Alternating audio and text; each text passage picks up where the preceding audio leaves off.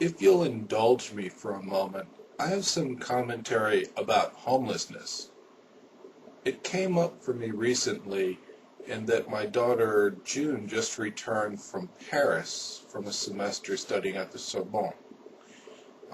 In conversation with her, she talked about the homeless of Paris who would commit suicide by throwing themselves in front of the metro.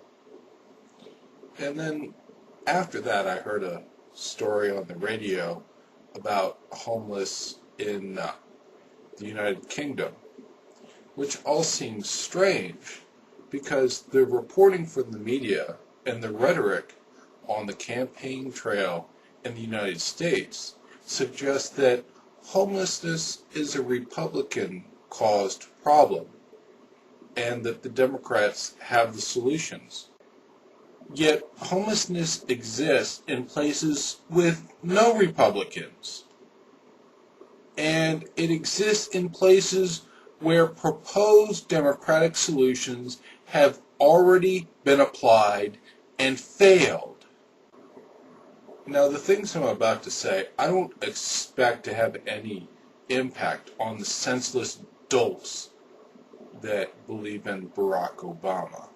However, for people that are seriously interested in the homeless problem and making reforms that would address that, what I recommend is a book by Ed Fowler called Sanya Blues.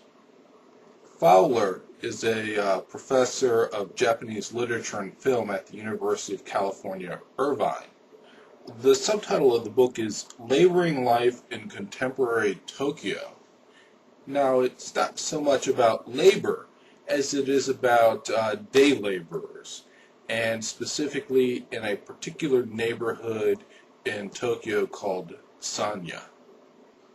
One thing that I appreciate in Fowler's work is that he went out and engaged reality.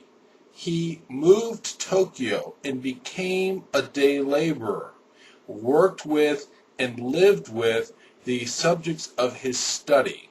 This whole day labor aspect is particularly relevant here in the United States for those people that complain about how many Salvadorans can you actually fit into a townhouse and the impact that that has on the surrounding community.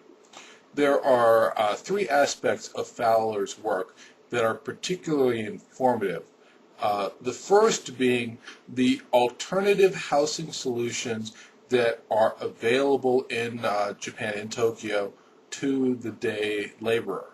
The second aspect of Fowler's work that is particularly interesting is the disconnect between the social services that are directed towards these individuals and that they reject what's being offered to them. The third aspect that is particularly interesting is the societal and family issues that relate to how these individuals became disconnected from the support structure that they would normally have. Shifting context back to the U.S., because that's where I am. I don't want anybody to be confused. I'm no weak-knee liberal. I'm a hardcore capitalist. When I'm looking at the problem of homelessness, I'm thinking, how can I profit off this situation?